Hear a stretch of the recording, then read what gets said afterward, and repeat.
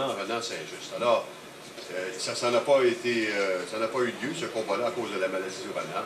Mais là, on lui donne une chance de revenir maintenant contre un autre adversaire, Odiel Zepeda. C'est sûr que c'est pas la même classe que Michael Kessler, mais c'est important pour lui de se battre.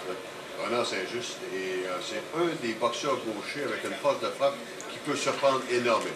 Et je pense que c'est important aussi, puis je sais que Renan, il regarde au bon jab de Saint-Just qui touche le cible à Zepeda. Zepeda, excuse-moi, c'est important pour Renan. Lui, il veut essayer d'avoir un knockout. Il veut démontrer que lui aussi, il est parmi les meilleurs 160 livres. Et lui aussi, il veut un grand combat, pas juste des petits combats de quelques $1000. Et lui, il court après son temps également. Mais il a 38 ans. C'est ça.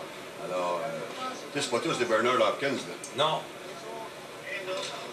Mais lui aussi, il veut avoir des gros combats, il veut faire de l'argent dans la boxe, il veut essayer de sécuriser un peu son avenir avec la boxe, il travaille fort là-dedans, il veut avoir des gros combats. Lui aussi, il aimerait affronter les grands boxeurs. Ça lui prend un grand combat. Un grand combat pour lui. Oui. Alors, dans le cas de Odiel Zepeda, il a 12 victoires, 4 défaites. Dans ces 12 victoires, on l'a mentionné tantôt, 9 par KO. Dans ces 4 défaites, il ne s'est fait passer de KO qu'une seule fois. Et il a aussi un verdict nul à sa fiche. Et son dernier combat, c'était en Finlande, et il s'était fait passer justement le KO. Je vous parlais tantôt qu'il n'y avait seulement qu'un KO contre lui. C'était à son dernier combat contre Amin Asikainen, qui est un boxeur finlandais. Et ça a eu lieu le 4 septembre 2010. Alors, ça fait quand même un petit bout de temps qu'il ne s'est pas battu. Odiel Zepeda. Alors, on a quelques petits problèmes de retransmission ici avec ce combat de Saint-Just contre Zepeda. Vous allez comprendre que la Roumanie, c'est quand même... C'est pas à la porte, et des fois, ce sont des petits problèmes comme ça qui arrivent. Des problèmes de satellite? Bien, c'est des choses qui arrivent. Oui, c'est ça. Ce sont des choses qui arrivent à l'occasion. Alors, ça nous permet d'avoir une idée de ce que ça a l'air Bucarest. Un peu, il est 23h19 là-bas. Là. Je suis surpris de voir quand même qu'autour de l'aréna, j'ai l'impression que le party est encore pognant dedans parce que, comme tu peux constater, il n'y a pas grand monde dans les rues à la voisinante. Là. Non, hein, c'est ça. Puis aussi, on voit dans l'avant-plan des cranes. Comment tu ça? Des grues mécaniques. C'est ça. Fait qu'on voit qu'il y a de la construction qui se fait là-bas.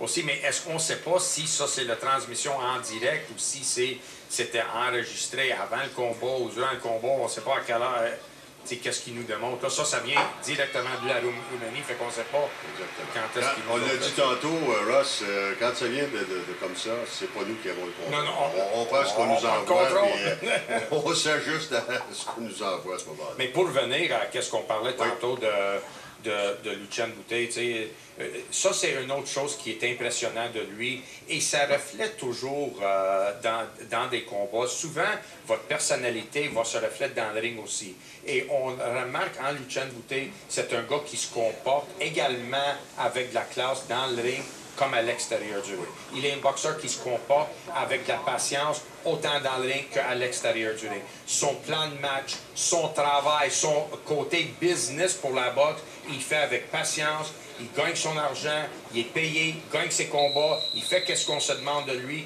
puis il va être patient pour attendre les grands combats qui lui attendent, mais que le Super Six va être terminé. Donc, je pense que ça démontre, c'est pas quelque chose que tu peux être patient dans le ring, puis impatient à l'extérieur, ou vice-versa. Donc, je pense que c'est assez... constant avec lui, avec Boutet. Et une autre chose, moi, qui me frappe énormément, c'est que ce gars-là, je sais, c'est un maniaque de l'entraînement, c'est un gars excessivement orgueilleux, et de combat en combat, et de meilleur en meilleur. Et ça, c'est quelque chose d'assez exceptionnel. Et c'est pour ça que nous, dans le moment, nous, on le sait à quel point il est bon. Je souhaite pour lui qu'effectivement, à un moment donné, il affronte justement des Carl Froch, des André Durrell, des André Ward, des gars comme ça, des Michael Kessler. Et je souhaite qu'il les batte afin de démontrer, non seulement à nous, Québécois, mais au monde entier, à quel point il est bon. Pas seulement qu'aux Québécois et aux Roumains, mais qu'il démontre aux Américains surtout, et peut-être même aux Britanniques. Oui, c'est ça. Qu'il démontre à quel point ce gars-là est bon. Alors là, voilà, c'est juste à l'attaque. Et c'est juste qu'il a touché Zepeda avec une foudroyante. Oh, oui, quelle main gauche solide, celle-là. Il frappe tellement, je vais dire de quoi Renan Saint-Just frappe tellement fort. Le fait que Zepeda, il a pris ces coups-là, c'est crédit à lui parce que ça, c'était donné solide puis pas à peu près. Ça, c'est à peu près le mieux que Renan peut frapper. Puis quand tu frappes comme ça d'habitude, il ferme les lumières pas mal de ses adversaires. Mais Zepeda a tout encaissé ça, sans trop broncher pas ça. Ça lui a donné une petite souris, ça joue du côté droit, mais c'est tout. Zepeda, en passant, c'est quand même assez rare parce que c'est pas un petit boxeur. Hein? Non. Les Mexicains, cette grosseur-là, il n'y en a pas un million. Non. Parce qu'il est même un peu plus grand que... Oui, on dirait que même... Il faut dire que Renan, il fait 5 pieds 9, c'est pas un géant, là, mais un Mexicain de 5 pieds 11 à peu près, il n'est pas loin de 6 pieds, Zepeda, c'est quand même assez rare. Ouais. Mais il y a une différence marquante dans la vitesse des deux. C'est juste, on voit qu'il est beaucoup plus rapide que Zepeda. Regarde comment c'est vite la main gauche. Oui. Et ça, c'est une marque de commerce de Renan également tout au cours de sa carrière. C'est que souvent, les boxeurs vont générer leur attaque, vont initier leur attaque avec un jab. Et surtout que, bon, étant donné que Renan est gaucher, souvent, il va initier ses attaques avec une gauche. Et ça peut surprendre l'adversaire. Exactement. Et surtout à cause de la force de frappe de sa gauche. C'est ça. C'est avec la main gauche qui a frappé Sébastien Demers, puis il avait fait mal. Jamais, pas à peu près. Alors, deuxième round, un combat qui est prévu en 8. Renan Saint-Just, culotte bleue et... Jack, il a fait exactement ce que tu parlais, de partir avec de commencer ses attaques avec la main gauche. Alors, fin du deuxième round. Pour vous situer un peu dans le gala de ce soir là, en Roumanie, là-bas, parce que nous, on est encore l'après-midi, ça, c'était le deuxième combat de la journée. C'était la deuxième de la journée, là-bas. Oui. Regarde comment les gradins sont pleins pour le deuxième combat de la journée. Oui. C'était le deuxième combat. En fait, je vais vous dire ça, c'était pas l'ordre des combats exactement. Le premier combat, c'était un dénommé Saïb Ouzarov, on l'a vu. Oui, c'est ça. Ouzarov qui a gagné en passant. Il se battait contre Sergio Gomez. Deuxième combat, Renan Saint-Just contre Oriol Zepeda. Le troisième combat, c'est celui de Apo Côté qu'on vous a monté il y a quelques instants contre Pedro Navarrete. Le quatrième combat, ben ça, c'était les poids lourds qu'on n'a pas vraiment vu parce qu'on avait beaucoup de choses à faire à ce moment-là au niveau de la production. Mais c'était Bogdan Dinu, Ottawa de Tamim.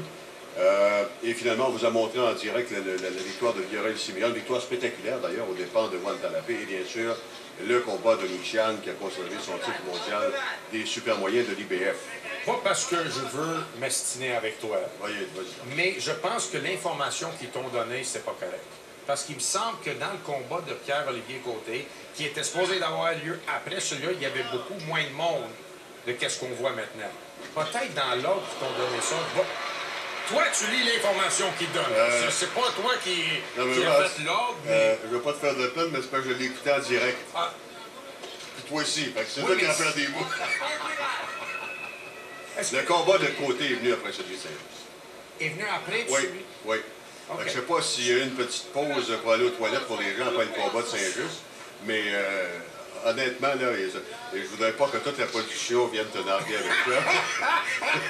Mais le combat de Côté... Écoute, je vieillis, ça se peut que je vieillis des affaires. Mais toi, tu es encore 7 ans plus jeune que moi. Mais il me semble qu'il y avait moins de monde quand Côté était là. Parce que tu entends que là, mais c'est ça, je vois, là.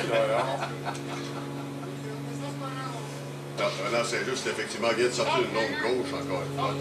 C'était le deuxième combat de la soirée.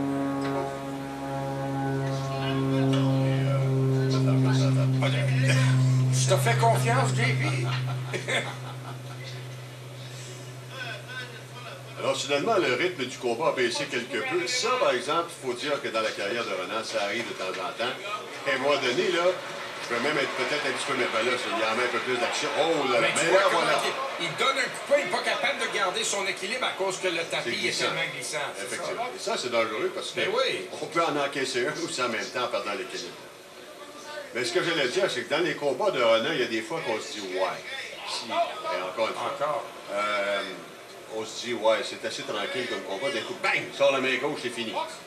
Alors, ça arrive à faire.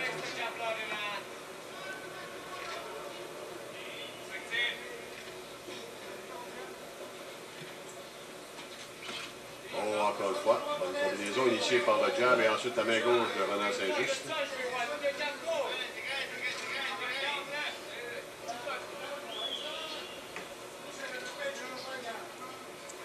Alors, une vingtaine de secondes à faire. C'est la gauche encore. Ben oui, ben oui, ben oui.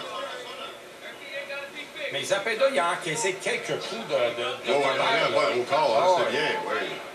Mais Zapeda, là, j'ai pensé un petit peu à Navarrete qu'on a vu tantôt. Hein. Ce sont deux Mexicains, puis pas trop de problèmes avec des gars qui ont pourtant des bonnes réputations de force de frappe. En Renan Saint-Just également, Pierre-Olivier Côté. Mais malgré la force de frappe de Pierre-Olivier Côté, ça ne compare pas à la force de frappe de Renan Saint-Just. Non. Coup pour coup, là, Renan Saint-Just, il termine des combats avec un coup de poing. Là, solide. Là, si tu parles livre pour livre. Là, ouais, pas le même poids non plus. Mais, non, d'accord. Ouais. Non, Renan, c'est une des belles forces de frappe chez les 168 livres.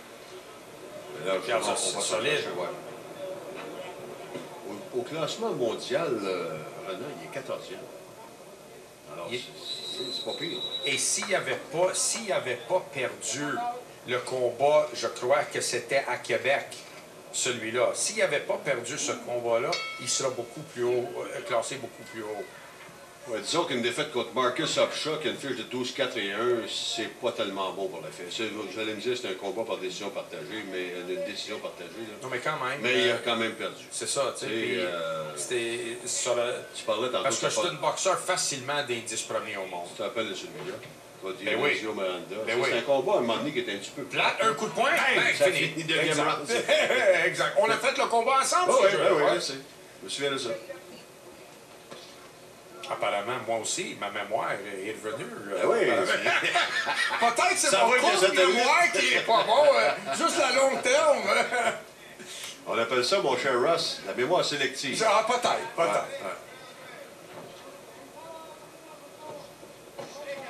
Et là, voilà, Renan qui, de temps en temps, ne déteste pas ça non plus, se laisser frapper comme ça pour initier sa contre-attaque. Parce que c'est là qu'il peut devenir excessivement dangereux également. Surtout quand il a testé la force de son adversaire, puis qu'il se dit, bon, OK, il ne cogne pas si fort que ça, je ne suis pas en danger. Non, il est vraiment dangereux, Renan.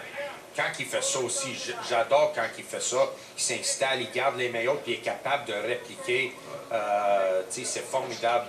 Quand il regarde comment il est capable de faire. Oh, là, excellent. Il a tenté le il a fait reculer ça, Zapeda. Non, il est vraiment solide, une charpente solide, des mains rapides, fort. On parle souvent de son âge, de lui qui est maintenant âgé de 38 ans, mais il demeure quand même que dans le cas de Renan, même c'est 39 ans maintenant, c'est un gars qui s'est toujours entraîné. On vient de trouver encore une fois une glissade à cause le sol est glissant. Mais c'est un gars qui a toujours été dans une forme physique irréprochable. C'est un gars qui s'est toujours entraîné comme combattant, soit dans des arts martiaux, soit comme boxeur. Et, tu sais, des fois, il y en a qui se regardent le corps et se disent, mon Dieu, ce gars-là, quel âge il a rendu? Presque 40 ans. Il me semble que le corps d'un gars de 30 ans. Dans le cas de Renan, c'est un peu ça. Et je peux vous dire que dans le combat où il a perdu contre Upshaw, c'était probablement le combat où il était le moins en forme. Et ça lui a coûté la victoire. Et tu sais, des fois, on pense pas, mais tu sais, quand un combat comme ça, quand tu fais ça, puis ça te coûte la victoire, écoute, il a perdu son classement des 10 premiers au monde. Là, tu sais, il y a une grosse différence entre parmi les 10 meilleurs au monde puis d'être 14e. Là. Ça veut dire que ça te prend 2 autres ou 3 autres combats avant de réinfiltrer dans les 10 meilleurs au monde et avoir des gros combats. Et c'est ça qu'il veut. Il veut des gros combats. Il veut des combats de l'argent, là. T'sais, il a fait son développement, il a pris des petits combats de quelques $1000. Il veut des gros combats. T'as vu l'uppercut, hein?